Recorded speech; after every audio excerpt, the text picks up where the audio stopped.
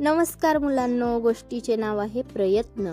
एकदा एक माणूस रस्त्याने जात होता. त्याला रस्त्याच्या कडेला एक हत्ती दिसला. त्या हत्तीला पाहून तो अचानक थांबला, कारण हत्तीच्या पुढच्या पायात एक साधी दोरी बांधलेली त्याने पाहिली. त्याला खूप आश्चर्य वाटले की हत्तीसारखा महाकाय प्राणी एका साखळदंडाऐवजी त्याला त्या दोरीने बांधले आहे. हे तर स्पष्ट होते की हत्ती त्या दोरीचे बंधन तोडून त्याला पाहिजे तेव्हा कुठेही जाऊ शकतो. पण तो हत्ती तसं करत नव्हता. या गोष्टीचं कारण त्याला काही केल्या कळत नव्हतं.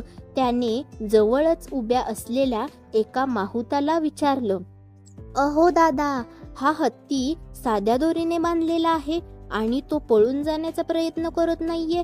कसं काही शक्य आहे हे? तेव्हा माहूत म्हणाला, हा हत्ती लहानपणापासून या दोरीने बांधलेला आहे. जेव्हा लहान होता ना, तेव्हा त्या दोरीचे बंधन तोडण्याची ताकद त्याच्यामध्ये नव्हती. सुरुवातीला त्याने बरेच प्रयत्न केले, पण काही केल्या ही दोरी त्याच्याने काही तुटली नाही. सतत येणाऱ्या अपयशामुळे त्याचा विश्वास बसला की ही दोरी आपण तोडू शकत नाही.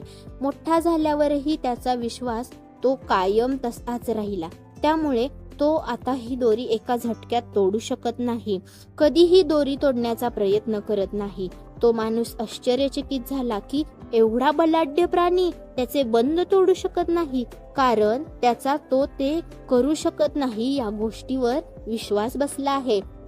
मित्रांनो, हत्तीप्रमाणे आपणही पूर्वीच्या अपयशामुळे आता हे काम करू शकत नाही अशी ठाम समजूत करून घेतो आणि आपले संपूर्ण आयुष्य एका मानसिक दोरीच्या बंधनात अडकवून घालवतो. मित्रांनो, आजपासून आपण आपल्याला ज्या गोष्टी कठीण वाटतात, ज्या कामाची भीती वाटते, ती कामे पुन्हा करण्याचा प्रयत्न करूया. काम करा, जिद्द ठेवा.